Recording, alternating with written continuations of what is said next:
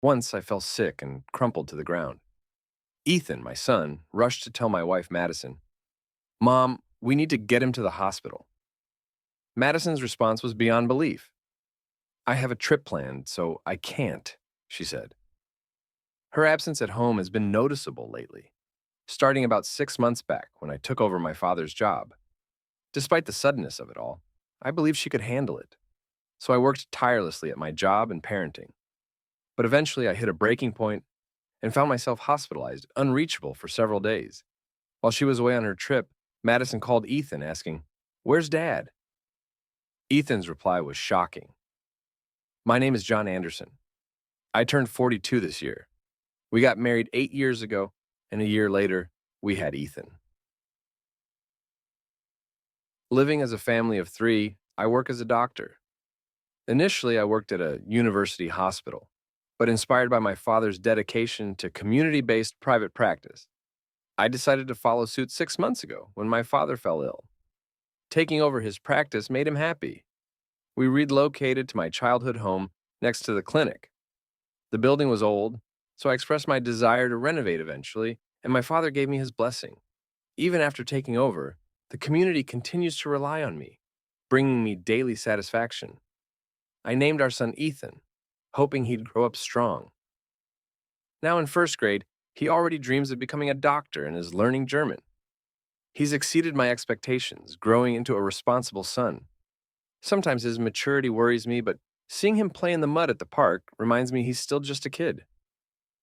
Madison, my wife, is beautiful, but unpredictable. Lately, she's been less involved in household chores and parenting, which concerns me. Initially, we shared responsibilities, but that's dwindled in the past 6 months.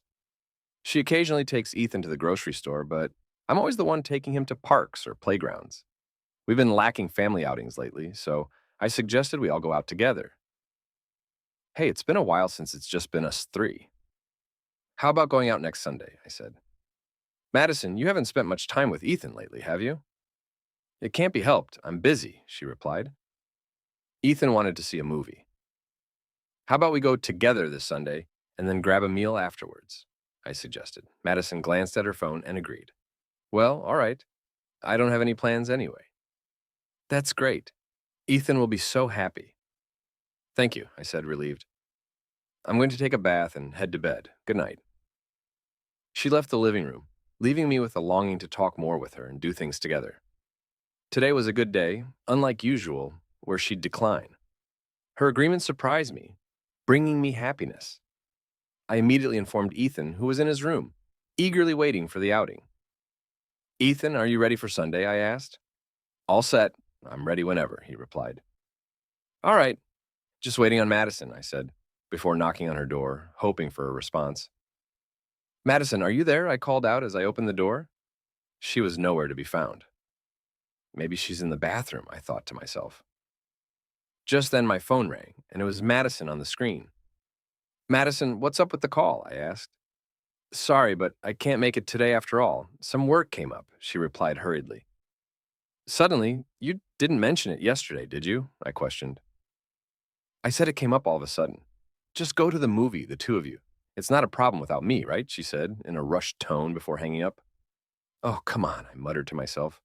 "I thought we could finally go out as a trio."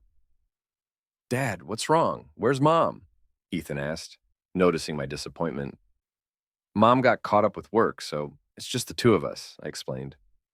"Okay, got it," Ethan replied, his face showing a hint of sadness before he smiled at me. Feeling sorry that he was looking forward to it, I decided we'd enjoy our day just the two of us. "All right, Ethan, let's go." "After the movie, how about we grab your favorite burger on the way back?" I suggested. "Yes!" Ethan exclaimed with excitement. We grabbed our stuff and headed to the movie theater by car. A few hours later, as we returned, I asked Ethan, "Did you have fun?" "Yeah, it was fun. Thanks for taking me, Dad," he said gratefully. "Sure thing. Let's do it again," I replied, smiling. When Ethan and I got back in the evening, Madison was already home. "Home, I'm home. Sorry, we're late. We went to the park and other places in the afternoon," I explained. "It's fine," she replied indifferently, as usual. Ethan approached her quietly. "Here, this is a present for you," he said, taking something out of his backpack. What's this? Madison asked, slightly surprised. Today, there was a keychain making workshop, and I made one for everyone. This one's for you, Ethan explained, handing her a white star-shaped keychain. Before going to the park, we stopped by a craft workshop nearby, and I wanted to do it. So I made keychains for all three of us. I chose green for myself, and Dad got blue. Madison accepted the present from him. It turned out well, didn't it? Ethan asked, his face beaming with happiness. Well, I don't think I'll wear it, but I'll take it anyway. I'm tired. I'll be in my room, Madison replied, before leaving the living room. Madison, I called after her, unable to stand her tone. Hey, wait. Ethan went to all that trouble to make it. And that's no way to talk, I said, in a voice Ethan couldn't hear. I didn't say I didn't want it, did I? Madison responded, before locking herself in her room. Frustrated, I returned to the living room where Ethan was. Maybe I should have chosen something different for Mom, he said, looking a bit down. Ethan, Mom's just tired from work. Maybe she'll attach it to her work bag, I reassured him. What about you?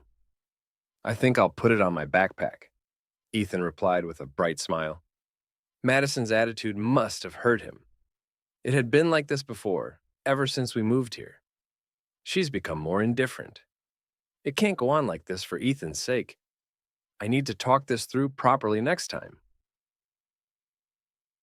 A few days later, when I got home from work late at night, Ethan was waiting and watching TV.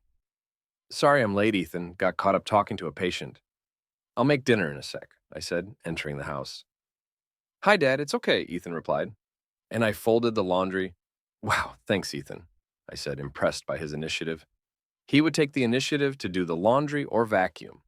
He only cooks when I'm around, since it's still a bit dangerous for him to cook alone. He's really growing up to be responsible, I thought to myself. Oh yeah, I'll start getting dinner ready now. I'll help too, Ethan said, eager to assist. After putting down our stuff, we started preparing dinner together. Ethan, what do you want to do? I asked, grateful for his presence and support.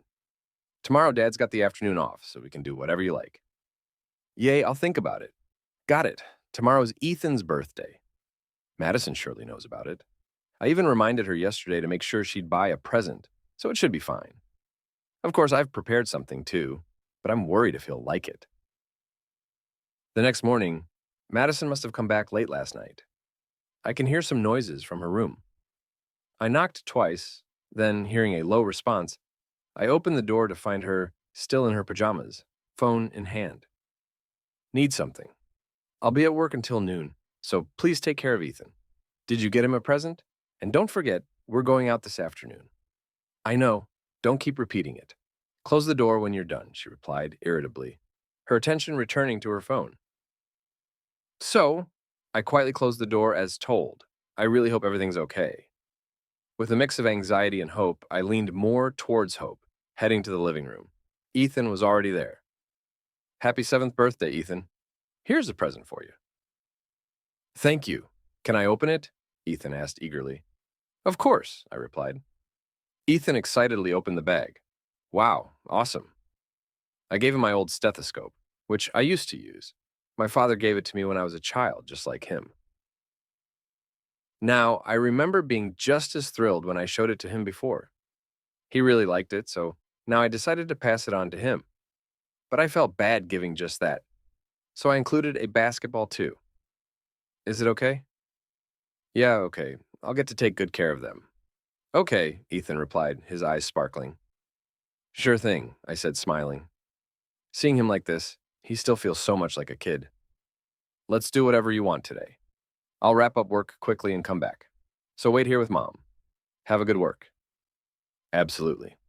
I'll do my best, Ethan replied. After getting him to eat breakfast, I let Madison know before heading to the clinic next door for work. After lunch break, when I finished work and came home, Ethan was sitting alone in the living room. Where's Mom? I asked. She left a while ago. She said to wait here because Dad would be back soon, Ethan explained. I immediately called Madison's phone. Hello? She sounded as grumpy as usual. Madison, why aren't you here? Today is Ethan's birthday. You know that we said we'd go out together this afternoon. I scolded her over the phone. Ethan was shaking his head, signaling it was okay. All right, make sure you're back tonight. Got it. Okay, yeah, I know. She hung up, despite being irritated. Today is Ethan's birthday. I decided to focus only on him. Ethan, what do you want to do today? I want to play basketball and eat your steak. Is that what you want? Ethan replied enthusiastically. All right then, let's do it, I said, smiling. We spent the day doing things he loves, like playing basketball and visiting a bookstore. On our way back, we bought cake.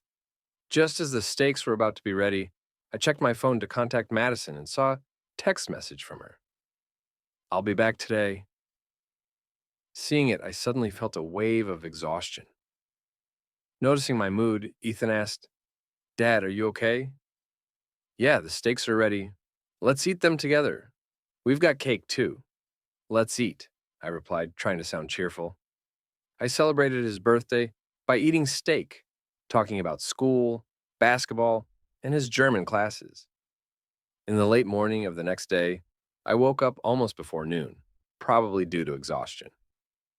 Oh no, I quickly changed and left my room, only to bump into Madison. Madison, what happened yesterday? Ethan was waiting for you the whole time. I came back within the day. You both were just sleeping, weren't you? Anyway, I'm in a hurry, she replied hurriedly, heading off to the bathroom. Oh dear. I could only let out a sigh of resignation, as well as I felt somewhat sluggish as I slowly made my way to the living room. I found Ethan there, waiting. Ethan, sorry I'm late. You must be hungry, right? You could have woken me up. It's okay. I ate some bread. Sorry. I felt guilty. This had never happened before. As I was about to make some coffee, pouring water into the pot to boil it, that's when it happened. My vision blurred, and I felt so dizzy I couldn't stand. Then I dropped the mug I was holding, and it crashed loudly to the floor. Dad, are you okay? Hearing Ethan's voice, I collapsed. Dad, are you okay? Hey, Dad. Ethan, sorry, get Mom. Got it? Just as he was about to go get Madison, she walked into the living room, and he quickly ran up to her. Mom, we need to take him to the hospital. What? What's all this sudden? Dad collapsed. Please help. I hoped she would respond to his desperate plea. As my consciousness faded, I thought, however, her response was unexpected. I have a trip, so no can do. What about Dad? He'll get better soon. Besides, I'm going on a trip with my parents for about 4 days. So take care, she said to me, lying on the floor in a somewhat cheerful voice. Mom, Ethan, I'll bring you a gift. So wait here nicely with Dad. With that, she left.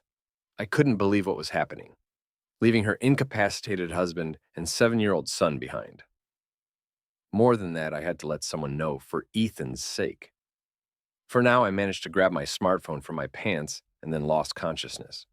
A few hours later, I woke up in a hospital bed, Ethan beside me. Stood Ethan, a doctor, and a few neighbors, confused about what had happened. I looked around and the doctor explained, You collapsed from anemia, and it seems like you were quite exhausted too. Is that so? Thanks for everything, as I lay there thanking them. The doctor shook his head with a kind expression and explained what had happened. Your thanks should go to your son. He used your smartphone to call an ambulance and alert the neighbors. What you did, all that by yourself? Yeah, remember you taught me the emergency number, right? Thank you, Ethan. I stroked his head, and he looked at me with determined eyes. I always knew he was dependable, but I hadn't realized just how much he had grown. I felt sorry for the others, but learning about my son's growth made me happy. A few days later, my phone kept ringing, so I reluctantly answered, only to find Ethan on the other end. Mom, what's up? Ethan, it's you. Where are you? Where's Dad? Unfazed by Madison's panic, he dropped a bombshell. Dad has gone far away. What? What does that mean, far away? I'm near the house, at a restaurant. Bye? Restaurant? Wait. He hung up without listening to her. A few minutes later, Madison rushed into the restaurant and sat down in front of Ethan. Ethan, and you're here too? Ethan said you'd gone far away, in a gloomy voice. What? You thought something happened to me after I collapsed? Well, I was just worried. She looked a bit sheepish. Because Dad went to the far restroom, Ethan explained with an upward glance. Come on, you're confusing. But more importantly, our house. Why is there no house? Panic wasn't just about my absence, but also about our house disappearing. Actually, I had been considering remodeling the house, but after consulting with my hospitalized father, we decided to demolish it and build a new one. I had wanted to discuss it with her, but she never listened, so I kept it to myself. What? So it's going to be a new house? Awesome. You could have just said that. It's such a surprise, Madison exclaimed. You weren't around, were you?